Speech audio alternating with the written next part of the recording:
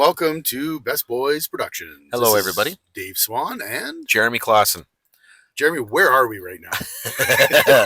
We are at a cemetery. Yes, we are. We decided that, you know what, we're looking for some place to go. And interestingly enough, this is just literally one block down the street from that little strip mall that's kind of... Manchester Square, I think? Yeah, exactly. Yeah. The one that looks kind of European there. That we did a podcast a couple of podcasts ago. Yeah. And so this is right, except, okay, first of all, before we address the what is for Dave and I the elephant in the room here. So last time we met at the end, we were talking about yes, who had been to South Africa. Who had been to South Africa.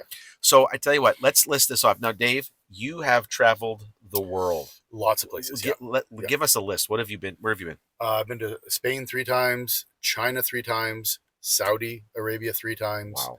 And then all across the U.S. and I think that's the big ones. I have been to the States. I mean, I've been to the States. I've been to Mexico. Yeah. I have been to London, Iceland, France, Germany. I have been to South Africa. Jeremy wins! Yep. I lived for a year in South Africa in a town called Germiston, just outside of Johannesburg. Okay, just a side note, of all the places you've been, what is your favorite place to visit? Oh, I don't know. There were some beautiful spots in South Africa. There, when we talked about Table Mountain last time, Table Mountain is gorgeous, and it's a beautiful hike to get up to there. Oh, it's such a wonderful place. The beach is beautiful. I have so many good memories of South Africa. But I think in terms of something that really connected with me, my wife and I and some really good friends of ours went to Germany a year and a half ago, not last summer, but the summer before. And we went to Berlin, and Berlin was amazing. But we went to Munich after that. Munich is the Germany that I was expecting it to be. Okay. Like it was just beautiful. Like culturally. Oh my gosh, was it ever beautiful. I loved it. Do you drink beer? No, honestly, I don't. Because I have a friend who said if you go to Germany, there's so many beers to choose from. It's so incredible. And I don't drink beer either, had a Coke. What's that Coke like in Germany? Okay, but what they did was super fizzy. They mixed it with beer. Coke? So I did have a drink that was I mean, but they called it like the kiddie beer. Like it's it's a gateway beer. It was. It's just an easier way into it. Like because I could feel when I ordered it, you could feel the judgment. Like, how old are you?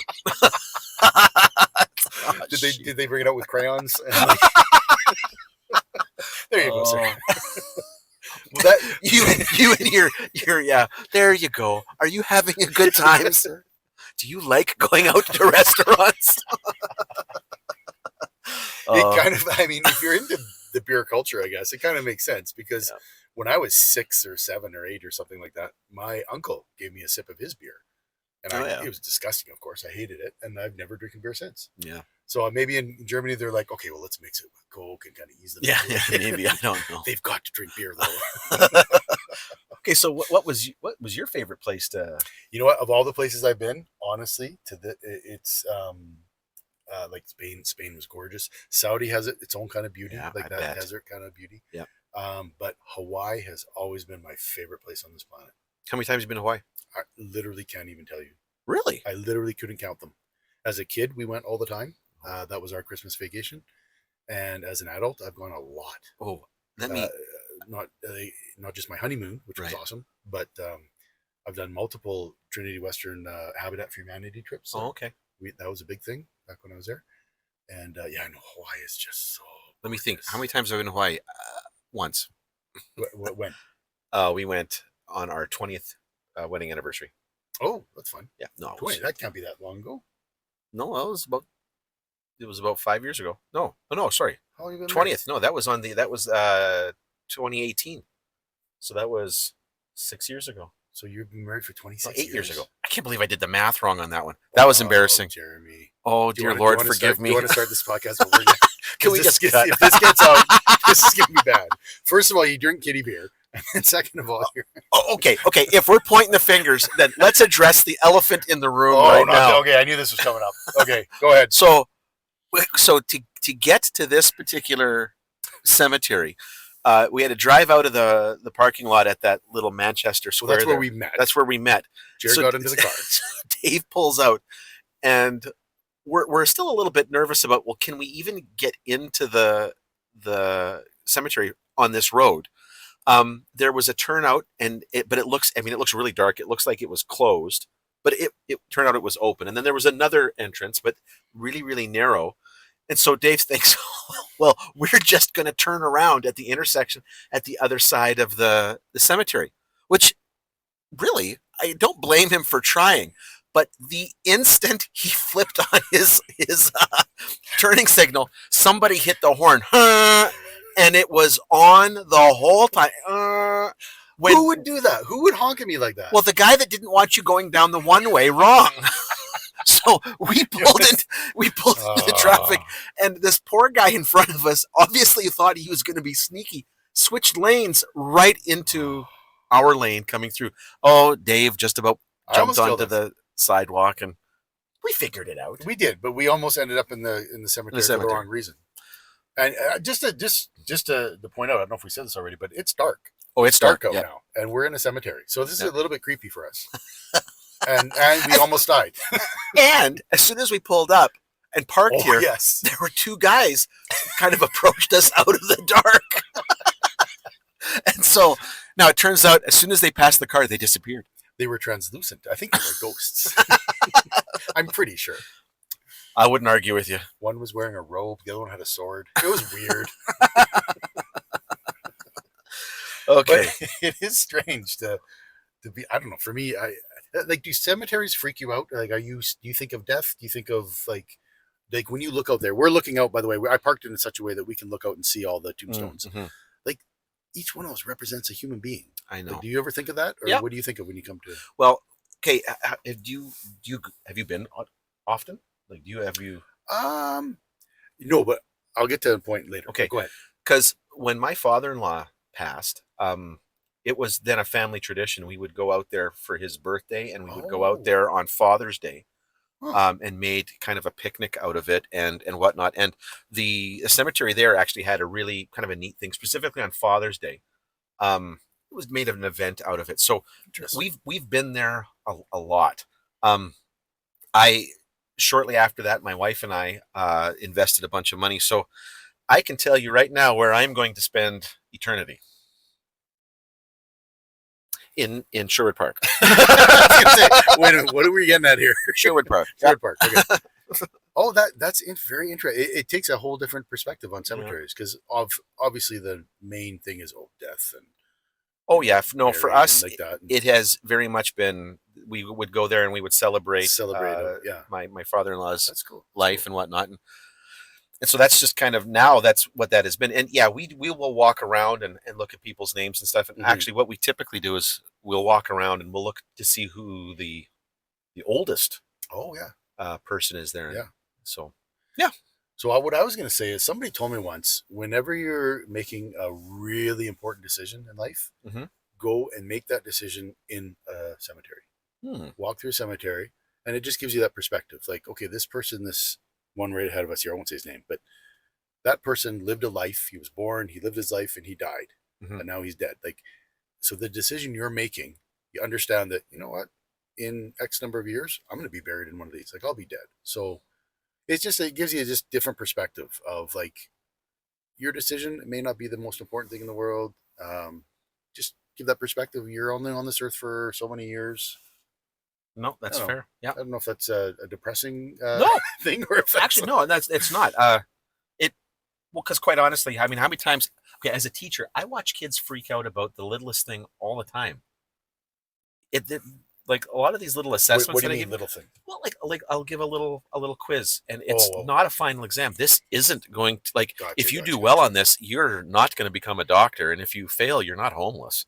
Yeah, it's you don't know what kind of beating they're going to get when they get home. You don't know what their parents are like. You got a C. You got a 95. What did you do wrong? But I know it's a matter of perspective. I think it's healthy to have a really clear perspective. What is important, what isn't. What's worth getting anxious about and what isn't. Yeah, totally. It does give that perspective. It's a kind of a nice place, though. Yeah, It's sure. It's pleasant. Sure, it is.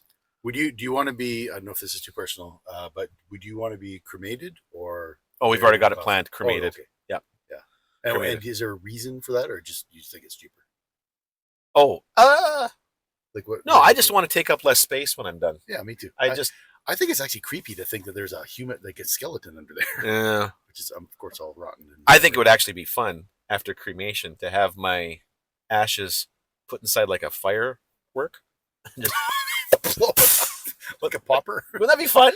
Well, yeah, I guess. And then your body just rains down on everyone. I mean, it'd be carbon. I mean, it would burn. It would work, right? You could do that. Where would you? Okay, if you had to have your ashes, other than shot out of a firework, spread somewhere, where would you want to spread your ashes? Where would I spread my ashes? What would be meaningful to you to spread them? I don't know. Like, I grew up in Lloydminster. Like that's a big part of who I am is the connections that I have in Lloyd. Mm-hmm. But I don't know. I mean, there's so many things so many places that were really significant to me. I mean, in spite of the traveling that I've done, and by the way, I will be in Spain in a couple of months. Oh, cool! Going on a school trip. Oh, so, wow, nice. Yeah, except being the guy in charge, one of the guys in charge. Last time I went, all I did was count. We get off the bus. 1, 2, 3, 4, 5, 6. We get on the bus. 1, 2, 3, 4, 5, 6. But I'm trying to think. I mean, would I want it here in Edmonton? Would I want it put in the river? So there's no real meaningful place like this is where I came to propose to my wife, or this is where I. Whatever. If we were to do that, it would be by Emily Murphy Park. That's where I proposed to my wife. Is that here in Edmonton? Yep. Where is that? West End? No, it's right by the university. Right. Oh, okay. Down the river valley. Oh, I do know where that is. Yep. Yeah. Okay. Beautiful little park there. What I did is you proposed. We. I'm joking. Isn't that a slum? No. It's a beautiful park. I pulled up. I had the headlights on and turned on the radio, and we danced in the headlight, and then I proposed. Okay. But I don't know. I don't know if. Do you want to hear how I proposed? Sure. Well, we're actually technically not married yet, but we're. Wait, hold on a second. I'm joking. So Lisa and I, we were living in Vancouver or in Langley, and we went to White Rock. You know the pier? Yeah. Big pier on White Rock. So we went out to the very end. It was at night. We did. Oh yeah, we went out for dinner first. Pushed her in. What's that? You pushed her in. Yeah, we went to the very end. You're not coming out until you say yes. I told her, like, I want to marry you, blah, blah, blah. I pulled out the ring box. Yeah. And I went to open the ring box and I fumbled it and it fell into the ocean, the box and everything. And I just went, no. Oh, no. You faked it. It was a real box. That had to be. Yeah. So that was the joke. And then she's like just looking around going, what's happening? And then I pull out the other one. So the whole night I'm thinking, left pocket is the fake one. Left pocket is the fake one. The whole night. That's all I'm saying in my head. Left pocket is the fake one. It was funny. Yeah, left or right? I don't know. Oh, that's cool. So that was, I had to do something with humor because you're gonna marry me and I'm a humor guy, so get used to it, girl. Yeah. And she still doesn't get my jokes. So I was kidding. When I got married, when I was on the stage, well, you were there. My best man pretended he forgot the ring. Oh yeah. So he, hit it. Ha ha, pulled out of his pocket. My wife, behind her, the maid of honor did forget the ring. For reals? Oh yeah. I don't remember that. She forgot the ring and she panicked and somebody in one of the first few rows chucked a ring up to her. And so I put the ring on my wife's finger and she turned to me and she put a ring on my finger that I don't know who it was, but it must have been like a football player because the ring was massive. This was not the ring that we purchased. Maybe it was one of those hard necklaces. Oh my God. Yeah, no, it wasn't that big, but oh my gosh. I don't remember that in your wedding, but I do remember you kneeling at the altar. Do you want to tell them what was written on the bottom of your shoes? I admit this. I wrote "help me" on it because my groomsmen wouldn't, and I knew I was going to be kneeling down. So my gosh! So when we knelt down to pray, I feel bad. I do feel bad about this, but I was laughing so hard because I knew it was bad. I knew that's why the crowd was laughing. Believe me, we were laughing hard. I was shaking and I couldn't hear what the pastor was saying. You know, God remembers that. Well, that's good because I don't remember that prayer at all.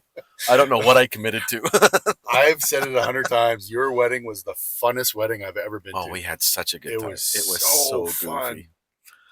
And standing outside, like dancing in the hall, and then stepping out because it's so hot, and then we'd all smoke a cigar. We passed a cigar around us. We were all sucking off the same cigar, which was, first of all, none of us were smokers. No, none of us were smokers. And second of all, we're wet, disgusting cigar passing around. But super fun. It was good. Super fun. And now here we are at a cemetery. We're in a cemetery. How many years later? Was it 26, 29, 28? No, don't do that to me now. Now I'm feeling terrible. I just love that you couldn't do date math. And you're Jeremy. I can't do date math. I am so glad that I was born in 1970. Like an even number. Oh, it makes life so much easier. Yeah. By the way, guess who else was born in 1970? I just found out the other day. Who? Melania Trump. I'm the same age as her. Really? And she's married to Donald Trump, I think he's 78, I think. Wow. Yeah, they're like 22 years apart. You could have been. Oh, she could have been mine. Easy. Oh, she could have been yours. It's a good thing. Good thing he got to her first. It's just because he has money. That's all. That's it's the only reason I'm not with her. I know. Oh yeah. So I'm still processing that. Really? Yeah, that one's a weird one. But no, I saw her birthday was in. I'm like, oh, we're the same year. I didn't know. Okay, is there anybody famous who's born on yours? Yes. Who is it? I might have to Google that because I know it is someone. I haven't Googled on our podcast for a while here, buddy. That's true. For a while there was always celebrities are born on August 14th. Haha, now everybody knows you're born on August 14th. I'm gonna get Oh yeah, Mila Kunis. Oh really? Yeah. Oh, that's cool. I thought there was another one. Oh, Steve Martin. Steve Martin. That's right. That's the one I was thinking of. Cool. Steve Martin. Steve Martin. Awesome. He is the only one. Like I was on, I guess it was Twitter back when it was Twitter, for like a very short time. I'm not a social media guy. I'm not on social media, but I was on Twitter for a very short time, and he's the only one that I followed because I thought he was funny. Oh yeah. And that was it. And then his posts weren't that funny anymore, and I'm like, okay, I'm out. Okay, I was just gonna ask if his posts were funny. They were. They were. But then they got kind of stale. And I'm like, but you got to wonder, like, is he doing it, or does he like have people that he works with? Like, if you're like, can you constantly be putting out? Okay, people just walked by this, and it got a little weird here for a second because we are in a car that's fogged up again. Two young men. I mean, young men. Hey, you're the same age as Melania. Okay, sorry. What were you saying? I don't even remember. You were saying. Oh no, I legit don't remember. Birthdays, celebrity birthdays. Oh, like this? Does Steve Martin? I wonder, like, if he's always, if you're always funny, like, are you just that talented, or do you have like a group of people that you? I can tell you one inside story about him from my sister, because my sister worked in still works in the film industry. Yeah. And when they were filming Pink Panther, remember the Pink Panther where he played Inspector Clouseau? No, he didn't play Inspector Clouseau. That was Steve Martin. Yeah, he did. Oh, Steve Martin. Oh my gosh! The whole time we've been talking, do you know who I've been thinking we're talking about? Who? Martin Short. Oh, Martin Short. Yeah, his sidekick. They're joined at the hip. That was. Oh my gosh! You can't do math. You don't know celebrities. You turn down a one-way street. Like, come on, Jeremy. Okay. Well, okay. Tell us your inside story, and then I'll. Okay. I'm gonna throw my wife under the bus here because. Okay. On something like that. So when they filmed Pink Panther, they filmed it in Vancouver, and sometimes after a movie is shot, they have to do retakes. They have to do some, and so they don't bring the whole crew back. They just bring whoever they need to do this one little take. And so Steve Martin had to come back to do some retakes, and my sister was his personal assistant when he came back. Serious? Yeah. That's so cool. Yeah, exactly. So I asked her, like, what is he like? Like, I was like fanatical about him because he's like one of my comedian like idols. Like, I'm just like, what's he like off camera and stuff? She goes, he just sat in his trailer and played his banjo. That's what. Oh he did yeah, played his banjo. Yeah, that's all he did. Like she goes, he's super nice, nice, but he wasn't like the crazy like. I'm thinking of Robin Williams. Robin Williams. Jim You'd see Carrey, him really? just Yeah. going crazy. Yeah. Like no, Steve Martin just very mellow. And That's cool. Played his banjo. Yeah. Cool. No, I knew he was a banjo player. Yeah. Yeah, exactly. Cool. So what did your wife do? Okay, so for being kind of weird like that, my wife once bought us tickets to go see George Thorogood and the Destroyers. Okay. So it was at the Jubilee here in Edmonton. Yeah. And we went, and it was kind of funny. It was like this sea of gray hair. I mean, it was a lot of old people there. I honestly couldn't understand why she was like totally into this. Let's go watch George Thorogood. Because I thought, well, I know some of his songs. I'm not a huge fan, but I mean, I can sing along to a bunch of his songs, and it turns out I can sing along to a lot of his songs because of what I've heard on the radio. And it was a really entertaining show. I mean, we really liked it. The guy that was sitting next to me was like losing his mind. He was so excited. Anyway, so then we left and so on and so forth. A couple of months later, we're driving along on the White Mud. And I know exactly where we were. We were just coming off of the Quesnel Bridge. And on the radio comes the song, You Call Me the Space Cowboy. Oh, yeah. And my wife turns to me and goes, that's who I thought we were going to see.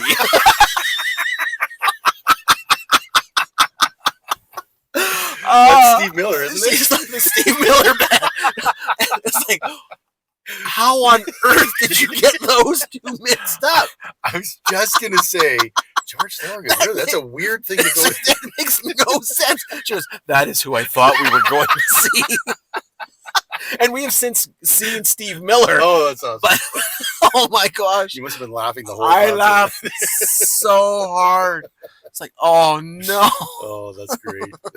but hey, it was a really good concert. I did enjoy it, but I just was really shocked. I was like, I don't know why you're so into this. Oh, that was so funny. Concert. That's a good segue into our trivia question today, which we talked about earlier. So, which one of us, between me and Jared, do you think their first rock concert they ever went to was U2 Joshua Tree? Is it Jeremy or me? That is a really good question. Yeah, I think we're going to stump him on this one. Mm-hmm. Not that anybody's listening. At this point in time. At this point, nobody's listening. Nobody's listening. Not even my dog. Oh, okay. Can I tell you a quick story about Joshua Tree? Yes. So a really good friend of mine in high school was a guitar player, mm-hmm. and he learned to play guitar really by listening to The Edge. Okay. Like he followed along. He was a U2 fanatic. Yep. So at the summer camp that I worked at, we had a band that would come and play for our worship time, and so this guy was part of that. He was the guitar player, and they would play Where the Streets Have No Name. And you know how it starts with that piano in the back? Yeah. Okay. So another friend of mine who's like big into music, but he just likes to listen to music. He's not like a musician or anything like that, but he got really excited about it. He could hear the start to play that. Yeah. And he got up and he started to clap. But he started to clap before the drum kicked in. And so instead of the drum setting the beat for the music, my friend, who was overly excited, started to clap at a beat that was way faster than they were prepared to play. And so then the song starts, and I remember, you're kind of clapping along and you're really enjoying it, but I remember leaning over to a friend of mine saying, something doesn't sound right about this. And this is when my friend, and his name was Kevin, on the stage with the guitar, he turned around and faced the wall, and then he was like, apparently he was like, that stupid son of a... Because he couldn't play fast enough. For sure, yeah. Oh my gosh. I laughed so hard when that was that didn't sound right. Something's off here. Oh, they wanted to kill that other guy for clapping so fast. Just one quick one, another quick one about you two. The song I Still Haven't Found What I'm Looking For? Yep. I have a friend who literally, that's the song they played when they got married and they walked out. As a joke, of course, but Still, like, we're like, are you sure you want to play that song? See, and my wife and I, we played "It's the End of the World as we know it." Oh, fun. Yeah. And we played "Beautiful Day" from U2. Oh, interesting. That's cool. Yeah. All right, everybody. That's it for us. We're done in this cemetery. We're done with this cemetery. I'm gonna leave going the right way. I'm not gonna leave. I'm no more one ways for me. Oh heck, just turn left when you get out there. All right, everybody. This is Dave and Jeremy signing off. Goodbye. Bye.